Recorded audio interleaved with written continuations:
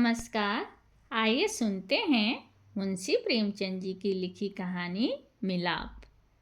लाला ज्ञानचंद बैठे हुए हिसाब किताब जांच रहे थे कि उनके सुपुत्र बाबू नानक चंद आए और बोले, दादा, अब यहाँ पड़े पड़े जी उगता गया। आपकी आज्ञा हो तो सैर को निकल जाऊं, 1-2 महीने में लौट आऊंगा। नानक चंद नवयुवक था, रंग पीला, आंखों के गिर्द हल्के सा धब्बे, कंधे झुके हुए।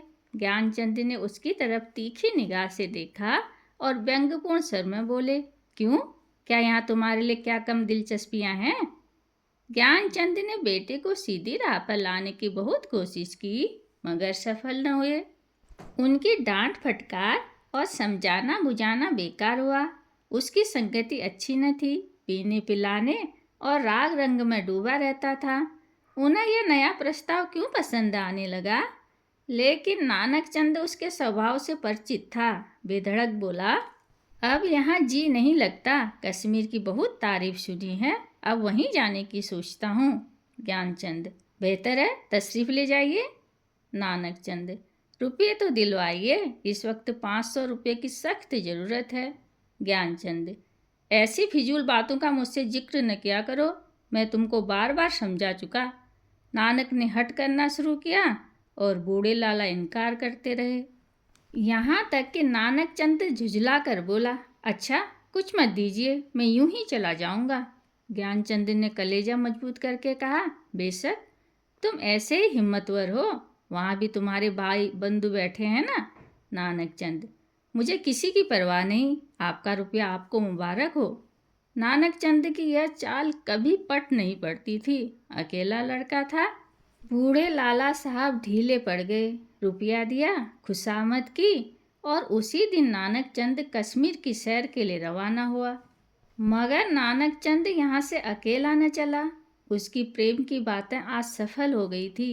पड़ोस में बाबू रामदास रहते थे, सुबह दफ्तर जाते और शाम को आते। और इसी बीच नानक चंद अपने कोठे पर बैठा हुआ उनकी बेवा लड़की से मोहब्बत के इशारे किया करता। यहाँ तक कि अभागी ललिता उसके जाल में आ फंसी। भाग जाने के मंसूबे हुए। आधी रात का वक्त था।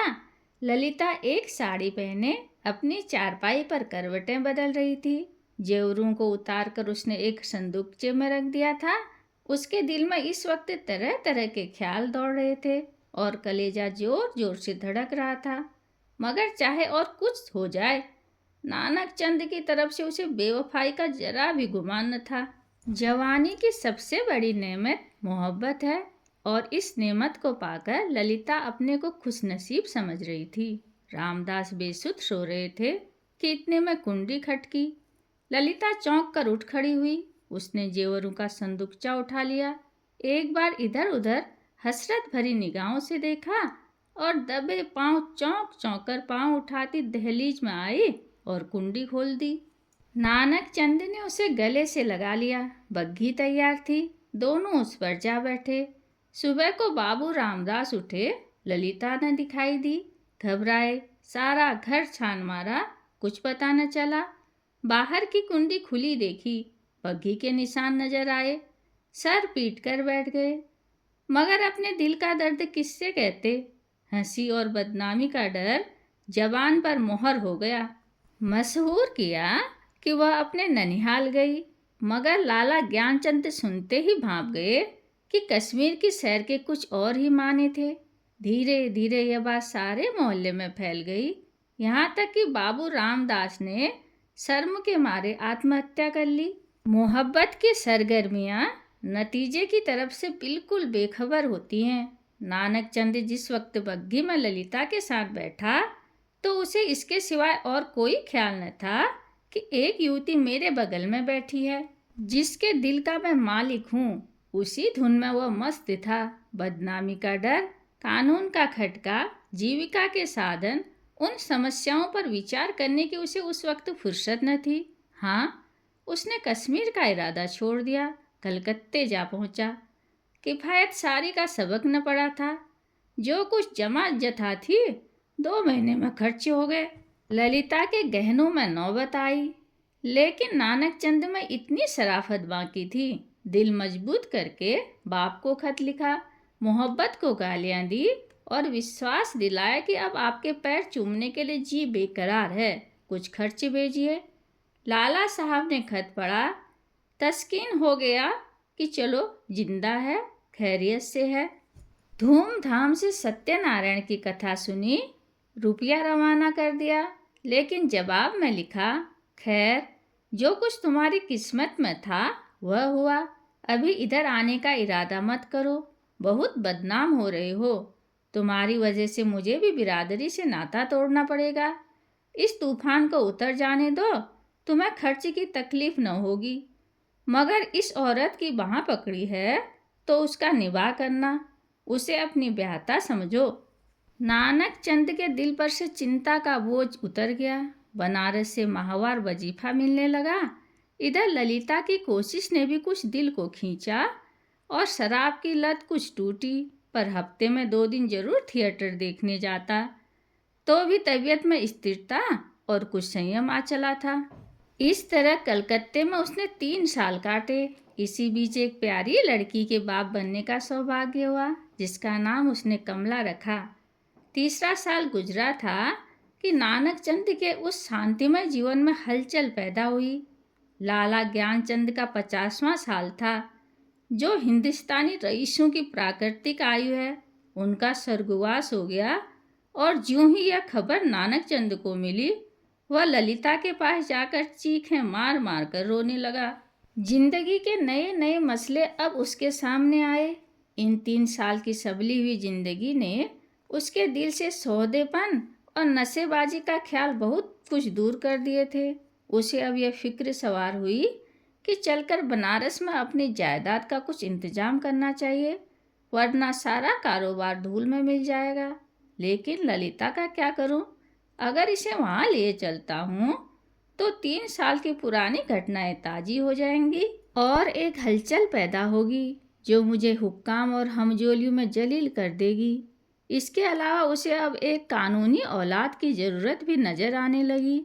यह हो सकता था कि वह ललिता को अपनी ब्याहता स्त्री मशहूर कर देता, लेकिन इस आम ख्याल को दूर करना मुश्किल था कि उसने उसे भगाया है। ललिता से नानक चंद को अब वह मोहब्बत न थी जिसमें दर्द होता है और बेचैनी होती है। अब वह एक साधारण पति था जो गले में पड़े हुए ढोल को पीटना ही अपना धर्म समझता है, जिसे बीवी की मोहब्बत उसी वक्त याद आती है जब वो बीमार होती है। और इसमें अचरज की कोई बात नहीं है। अगर जिंदगी की नई नई उमंगों ने उसे उकसाना शुरू किया, मंसूबे पैदा होने लगे जिसका दौलत और बड़े लोगों के मेल जोल से संबंध है। मानव भावनाओं की यही साधारण दशा है।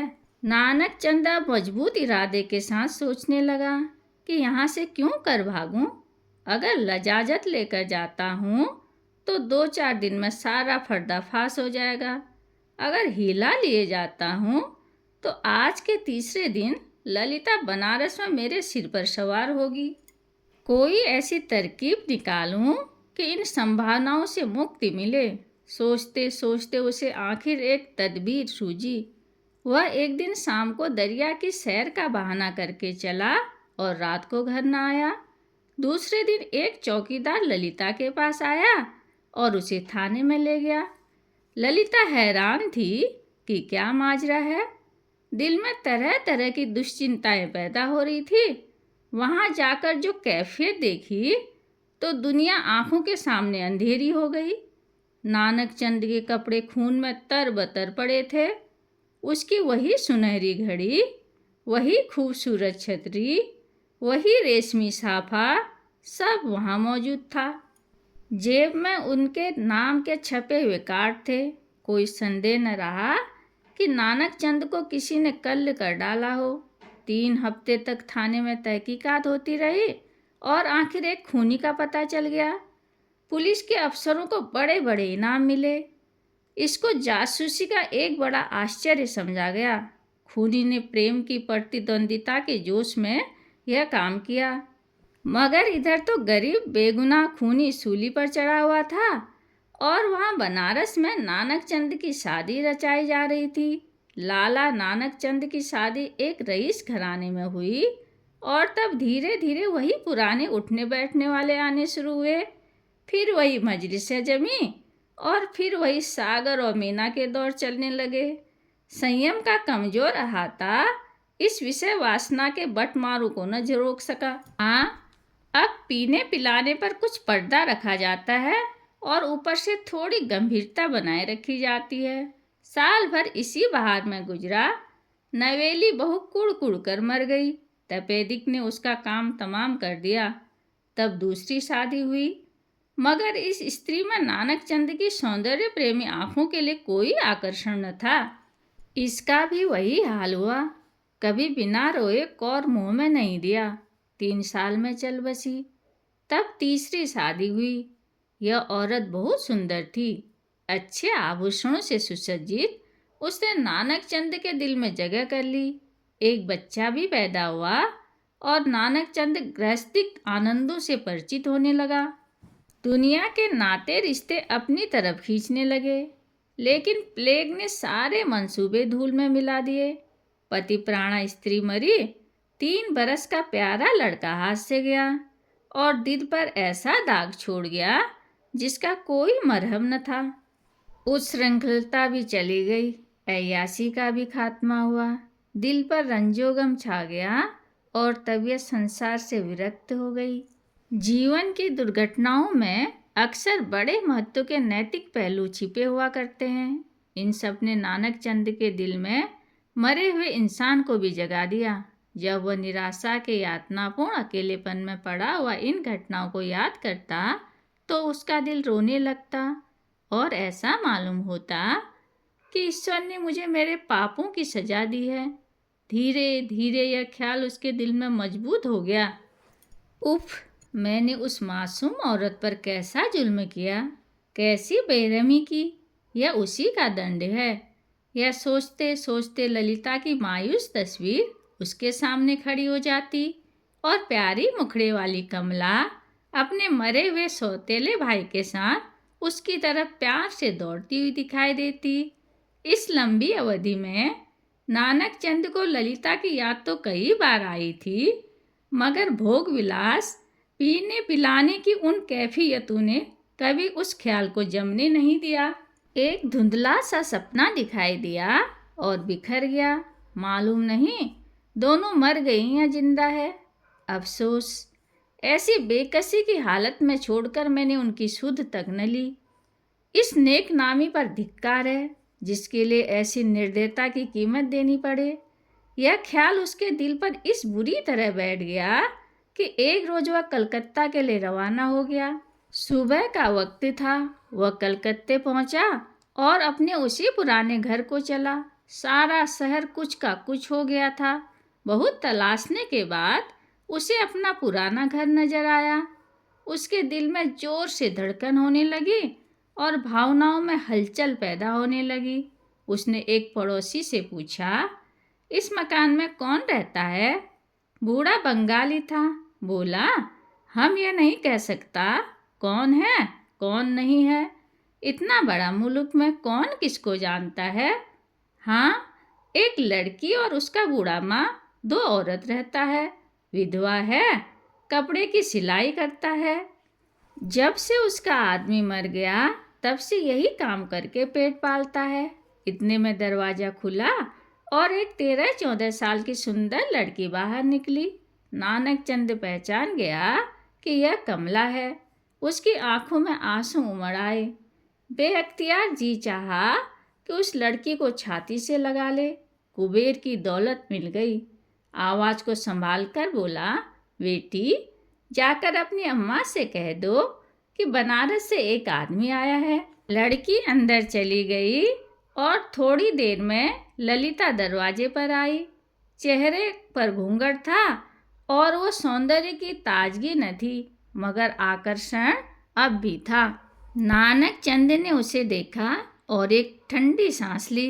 पतिव्रता, धैर्य और निराशा की सजीव मूर्ति सामने खड़ी थी। उसने बहुत जोर लगाया पर जब्त न हो सका। बरबस रोने लगा। ललिता ने घूंघट की आड़ से उसे देखा और आश्चर्य के सागर में डूब गई। वह चित्र जो हृदय पट पर अंकित था और जो जीवन के अल्पकालिक आनंदों की याद दिलाता था, जो सपनों में सामने आ आकर कभी खुशी के गीत सुनाता था और कभी रंज के तीर चुभाता था, इस वक्त सजीव सचल सामने खड़ा था। ललिता पर बेहोशी सी छा गई। कुछ वही हालत जो आदमी को सपने में होती है। वह व्यग्र होकर नानक चंद की ओर बढ़ी और रोती हुई बोली, मुझे भी अपने साथ ले चलो। मुझे अकेले किस पर छोड़ दिया है? मुझसे अब यहाँ नहीं रहा जाता। ललिता को इस बात की जरा भी चेतना न थी कि वह उस व्यक्ति के सामने खड़ी है जो एक जमाना हुआ मर चुका, वरना शायद वह चीख कर भागती। उस पर एक सपने की सी हालत छाई हुई थी। मगर जब नानक चंद ने उसे सीने से लगाकर कहा, ललिता, अब तुमको अकेला न रहना पड़ेगा। तुम्हें इन आँखों की पुतली बनाकर रखूँगा। मैं इसलिए तुम्हारे पास आया हूँ। मैं अब तक नरक में था, अब तुम्हारे साथ स्वर्ग का सुख भोगूंगा। तो ललिता चौंकी और छिटक कर अलग हटती हुई बोली, आँखों को तो यकीन आ गया, मगर दिल को नहीं आता। ईश्वर करे यह सपना न हो। कहानी सुनने के लिए बहुत बहुत धन्यवाद।